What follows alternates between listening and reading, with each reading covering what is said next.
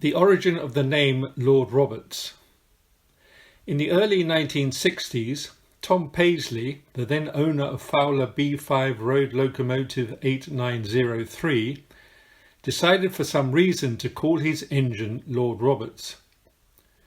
Tom Paisley died on his farm in Holywell, Huntingdonshire, on the 17th of April 1980, just over 40 years ago. Ever since acquiring this Fowler, about 5 years ago, I have wondered why Tom Paisley chose this name. In an attempt to find the answer, I asked those people who actually knew him and who I've come into contact with. So far, however, I have not been able to discover any known reason. But one theory has recently emerged, and one which I would like to share with you here. Tom Paisley was born in Glasgow on the 7th of March 1916. He attended the fee-paying school of Uppingham in Rutland from the age of 13 and between the years 1929 and 1934. Whilst he was there, he joined the OTC, or Officers Training Corps, and in his last year became a Company Sergeant Major, a CSM, and later Under Officer. This last title means his commandant considered him to have officer potential as a last-year cadet. Before the Second World War, Tom Paisley served as a peacetime territorial officer in the Royal Artillery with the City of Glasgow Field Regiment and was called to serve in the Armed Forces in 1939, even passing through Staff College. He seems to have enjoyed his time in the forces and certainly had the opportunity to travel to some far-off places. He undertook photographic intelligence duties with the Fleet Air Arm in the Far East, around China, Japan, North and South Korea, Mongolia, Taiwan, and the easternmost portion of Russian Siberia.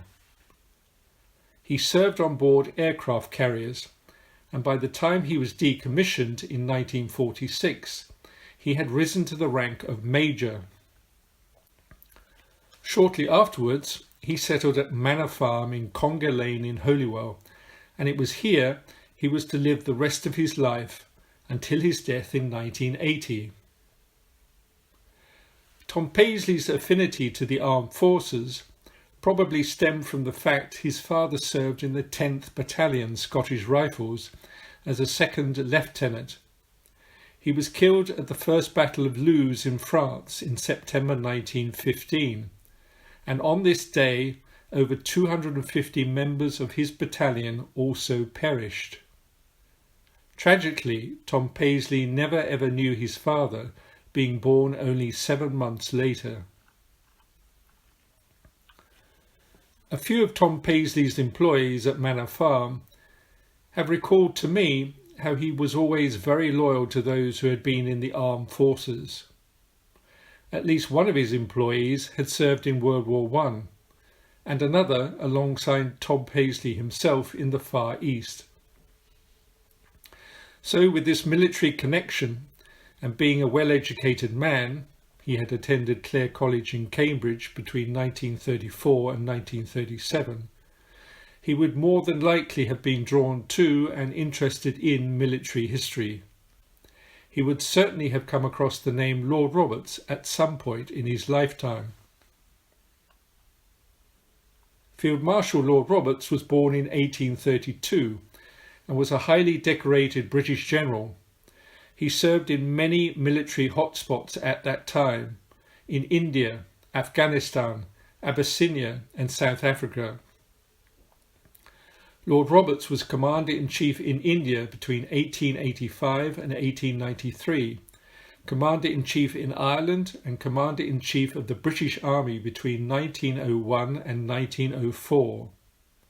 He died at the age of 82 whilst inspecting troops in St. Omer in France. Lord Roberts, like Tom Paisley, had a connection to steam, and it was he who introduced the use of the steam engine in the South African Boer War, and as mentioned in the book by Michael R. Lane, The Story of the Steam Plough Works, and other sources, we learn the following.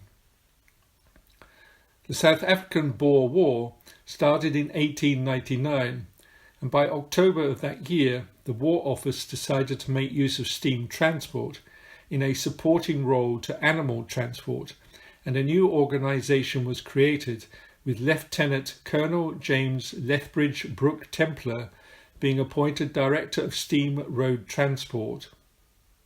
It was he who assembled a unit of Fowler traction engines in the war zone for artillery spotting and gun haulage. By the beginning of 1900, Templar's unit was combined with the Royal Engineers Detachment of Electrical Engineers in order to operate steam road transport to serve the British field forces. This unit was under the command of Major Rooks Evelyn Bell Crompton. The amalgamation was at the direct order of Lord Roberts, who was determined to protect his very long and often tenuous overland supply lines in South Africa. As well as being a very good organiser, Lord Roberts was also mechanically minded and saw the benefit of using mechanical haulage. In the years 1900 to 1903, the work of the 45th Steam Road Transport Company, Royal Engineers, commanded by Major Crompton, introduced a new dimension into military thinking and the developing science of logistics.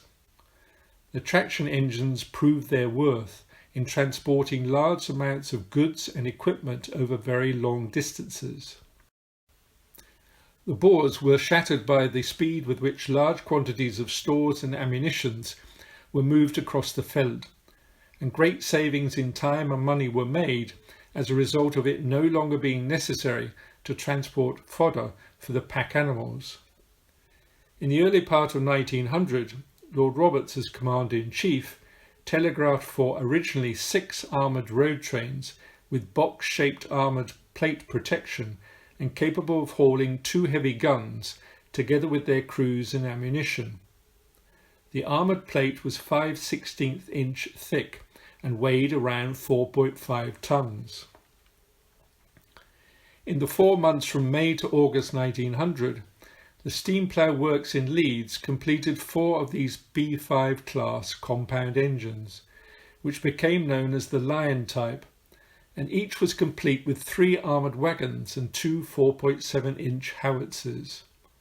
These splendid engines were given works numbers 8894, 8895, 8898 and 8899, and were capable of hauling 60-ton loads at around 2 to 6 miles per hour. The 2 other engines ordered by Lord Roberts were not fitted with armour. The wagons were manufactured by Charles Camel & Co. and had sloping sides to enable the deflection of bullets. Each weighed about 5 tons and could carry 12,000 pounds of ammunition for the howitzers. And so it was Lord Roberts who probably produced the first armoured self-propelled vehicle used in modern warfare.